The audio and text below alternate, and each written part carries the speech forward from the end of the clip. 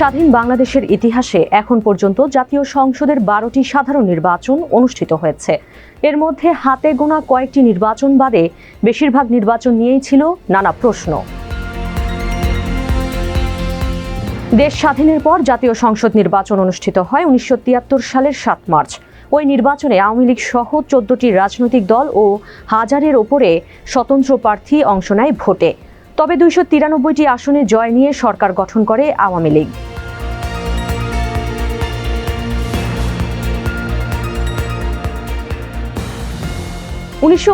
সালের 18 ফেব্রুয়ারি অনুষ্ঠিত হয় দ্বিতীয় জাতীয় সংসদ নির্বাচন। এ নির্বাচনের আগেই আওয়ামী লীগ দুই ভাগে ভাগ হয়ে গিয়েছিল। নবগঠিত বিএনপি, আওয়ামী লীগের দুই অংশ, ইসলামিক ডেমোক্রেটিক লীগ সহ মোট 29টি দল নির্বাচনে অংশ নেয়। নির্বাচনে ভোট পড়ে 50.95 ভাগ। নির্বাচনের ফলে বাংলাদেশ জাতীয়তাবাদী দল 207টি, আওয়ামী লীগ 39টি এবং আইডিএল মুসলিম লীগ জোট 20টি আসনে বিজয়ী হয়। এর মধ্যে ইসলামিক ডেমোক্রেটিক লীগ থেকে জামায়াতে ইসলামীর কয়েকজন সদস্য জাতীয় সংসদ সদস্য নির্বাচিত হন। জাতীয় সংসদে জামায়াতে ইসলামীর এটি প্রথম উপস্থিতি। বিবিসির প্রতিবেদনে বলা হয়েছে, সামরিক শাসনের অধীনে নির্বাচন অনুষ্ঠিত হলেও নির্বাচিত জাতীয় সংসদে বিজয়ী সবার অংশগ্রহণে বেসামরিক শাসন ব্যবস্থা প্রতিষ্ঠার দরজা খুলে যায়। 9 এপ্রিল থেকে সামরিক আইন প্রত্যাহার করা হয়।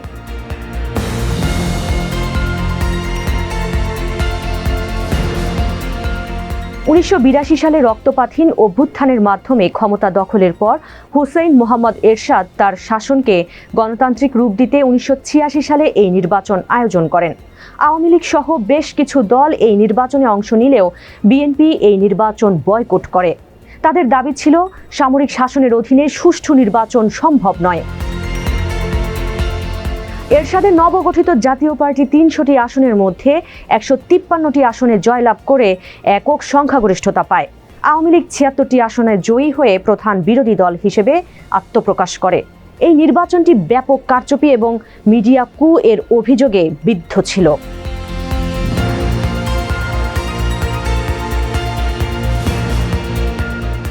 দেশের চতুর্থ জাতীয় সংসদ নির্বাচন অনুষ্ঠিত হয়েছিল 1988 সালের 3 মার্চ। এই নির্বাচনটি ছিল এরশাদের সামরিক শাসনের আমলের দ্বিতীয় নির্বাচন। তবে আওয়ামী লীগ, বিএনপি সহ অধিকাংশ বড় দল এই নির্বাচন বর্জন করেছিল। এরশাদের জাতীয় পার্টি 300টি আসনের মধ্যে 251টি আসনে জয়লাভ করে নিরঙ্কুশ সংখ্যাগরিষ্ঠতা পায়। এই নির্বাচনটি দেশের ইতিহাসে অন্যতম বিতর্কিত নির্বাচন হিসেবে পরিচিত। প্রধান রাজনৈতিক জোটগুলোর বর্জনের কারণে ভোটার উপস্থিতি ছিল খুবই কম এবং নির্বাচনের বৈধতা নিয়ে দেশে বিদেশে ব্যাপক প্রশ্ন উঠেছিল। এই সংসদ মাত্র 2 বছর 7 মাস টিকেছিল। 1990 সালের 6 ডিসেম্বর গণ অভ্যুত্থানের মুখে এরশাদ পদত্যাগ করলে এই সংসদ বিলুপ্ত হয়।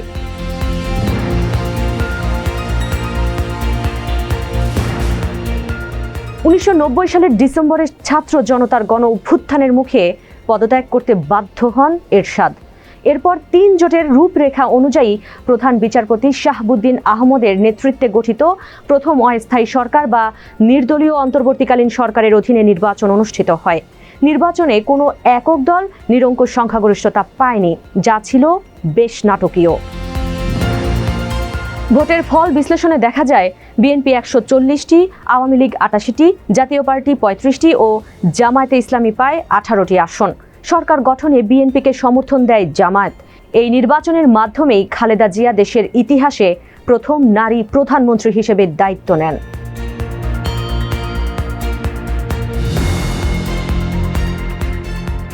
1996 সালের 15 ফেব্রুয়ারি ষষ্ঠ জাতীয় সংসদ নির্বাচন অনুষ্ঠিত হয়। তৎকালীন ক্ষমতাসীন দল বিএনপি এই নির্বাচনের আয়োজন করলেও আওয়ামী লীগ সহ সব প্রধান বিরোধী দল তা বর্জন করে। মূলত তত্ত্বাবধায়ক সরকারের দাবিতে দেশজুড়ে চলা অসহযোগ আন্দোলনের মুখে একটি আইনি ও সাংবিধানিক পথ বের করতেই বিএনপি এই নির্বাচনের ঝুঁকি নিয়েছিল।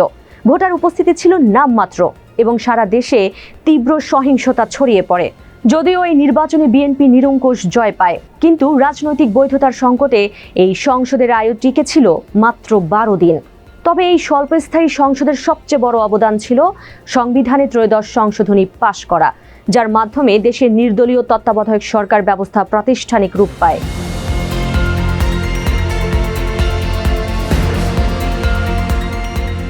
একই বছরের 12 জুন অনুষ্ঠিত হয় সপ্তম জাতীয় সংসদ নির্বাচন। তত্ত্বাবধায়ক সরকারের অধীনে হওয়া এই নির্বাচনে আগের সব তিক্ততা ভুলে উৎসবমুখর পরিবেশে ভোটাররা ভোট কেন্দ্রে ফিরে আসে। এই নির্বাচনে রেকর্ড সংখ্যক 82% বেশি ভোট পড়ে। ফল ঘোষণায় দেখা যায় কোনো দলই একক সংখ্যাগরিষ্ঠতা না পেলেও 146টি আসন নিয়ে আওয়ামী লীগ একক বৃহত্তম দল হিসেবে আত্মপ্রকাশ করে। বিপরীতে বিএনপি পায় 116টি আসন। জাতীয় পার্টির 32টি আসনের সমর্থন নিয়ে দীর্ঘ 21 বছর পর রাষ্ট্র ক্ষমতায় অধিষ্ঠিত হয় আওয়ামী লীগ।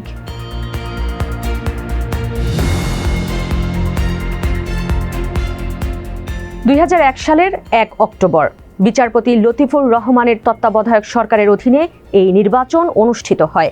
দেশের ইতিহাসে এটিই ছিল প্রথম কোনো নির্বাচিত সরকারের 5 বছর পূর্ণ করে শান্তিপূর্ণভাবে ক্ষমতা হস্তান্তরের পরের নির্বাচন। এই নির্বাচনে বিএনপি এককভাবে না লড়ে জামায়াতে ইসলামী সহ অন্য দলগুলোকে নিয়ে 4 দলীয় জোট গঠন করে, যা ভোটের সমীকরণে বিশাল প্রভাব ফেলে। ফলাফলে 4 দলীয় জোট 215টি আসনে নিরঙ্কুশ জয় পায়, আর আওয়ামী লীগ পায় মাত্র 62টি আসন। যদিও আওয়ামী লীগ কারচুপির অভিযোগ তুলে ফলাফল প্রত্যাখ্যান করেছিল, তবে এই জয়ের মাধ্যমে খালেদা জিয়া তৃতীয়বারের মতো প্রধানমন্ত্রী হন। নির্বাচনের পরবর্তী সময়ে দেশজুড়ে রাজনৈতিক ও সাম্প্রদায়িক সহিংসতার ঘটনা এই নির্বাচনের ইতিহাসে একটি বিতর্কিত অধ্যায় হিসেবে রয়ে গেছে।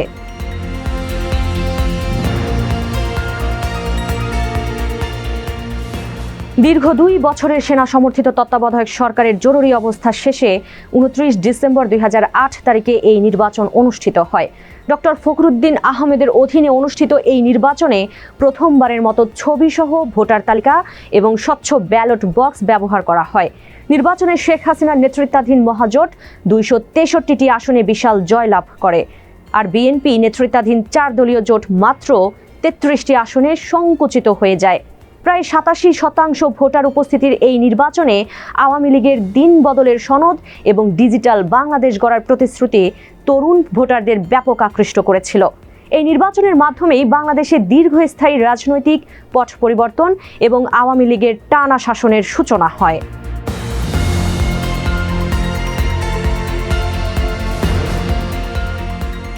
2014 সালের 5 জানুয়ারি অনুষ্ঠিত এই নির্বাচনটি ছিল বাংলাদেশের ইতিহাসে সবচেয়ে বেশি আলোচিত ও বিতর্কিত। সংবিধানের 15 সংশোধনীর মাধ্যমে তত্ত্বাবধায়ক সরকার ব্যবস্থা বিলুপ্ত করায় বিএনপি নেতৃত্বাধীন 18 দলীয় জোট এই নির্বাচন বর্জন করে। ফলে 300টি আসনের মধ্যে 153টি আসনেই প্রার্থীরা বিনা প্রতিদ্বন্দ্বিতায় জয়ী হন, যা একটি বিশ্ব রেকর্ড। চরম রাজনৈতিক সংঘাত ও সহিংসতার মধ্যে অনুষ্ঠিত এই নির্বাচনে আওয়ামী লীগ 234টি আসন পেয়ে পুনরায় সরকার গঠন করে। ভোটার উপস্থিতি অত্যন্ত কম থাকায় এবং প্রধান দলগুলোর অংশগ্রহণ না থাকায় এই নির্বাচনের গ্রহণযোগ্যতা নিয়ে দেশে বিদেশে ব্যাপক প্রশ্ন ওঠে।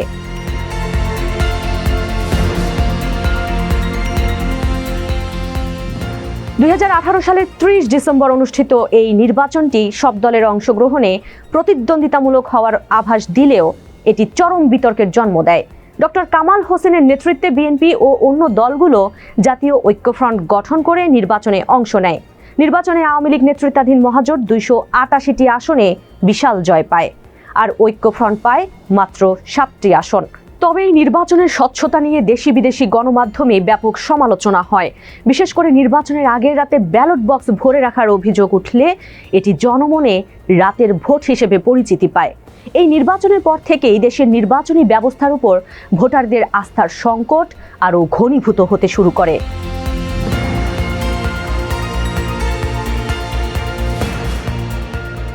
2024 সালের 7 জানুয়ারি অনুষ্ঠিত এই নির্বাচনটি ছিল বাংলাদেশের ইতিহাসে টানা চতুর্থবারের মতো আওয়ামী লীগের ক্ষমতায় আসার প্রেক্ষাপট।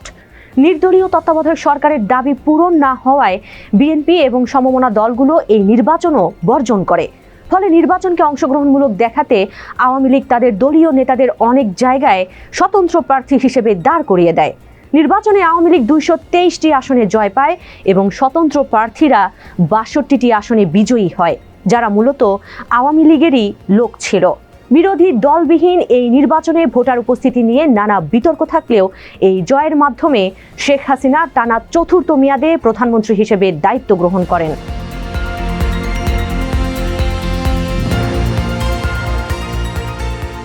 1973 থেকে 2024 বাংলাদেশের 52 বছরের নির্বাচনী ইতিহাস বিশ্লেষণ করলে দেখা যায় এ পথ চলা যেমন ছিল আশার তেমনই ছিল চরম বিতর্কের। কখনো উৎসবমুখর পরিবেশে জনগণ ভোটাধিকার প্রয়োগ করেছে, আবার কখনো বর্জন আর একতরফা নির্বাচনের মধ্য দিয়ে গণতন্ত্র থমকে দাঁড়িয়েছে। 1991 বা 2008 সালের মতো রেকর্ড ভোটার উপস্থিতি যেমন আমাদের গণতান্ত্রিক সক্ষমতার প্রমাণ দেয়, তেমনি 2014 বা 2024-এর মতো অংশগ্রহণহীন নির্বাচনগুলো রাজনৈতিক বিভেদকে আরও স্পষ্ট করে তুলেছে। বারবার ক্ষমতার পথ পরিবর্তন আর আইনি কাঠামোর বদল সত্ত্বেও একটি স্থায়ী ও সর্বজন গ্রাহ্য নির্বাচনী ব্যবস্থা গড়ে তোলা আজও বাংলাদেশের রাজনীতির বড় চ্যালেঞ্জ। শেষ পর্যন্ত গণতন্ত্রের এই পথ চলায় সাধারণ মানুষের প্রত্যাশা একটাই, একটি স্বচ্ছ, নিরপেক্ষ এবং অংশগ্রহণমূলক ব্যবস্থা যেখানে ভোটারের রায়ই হবে শেষ কথা।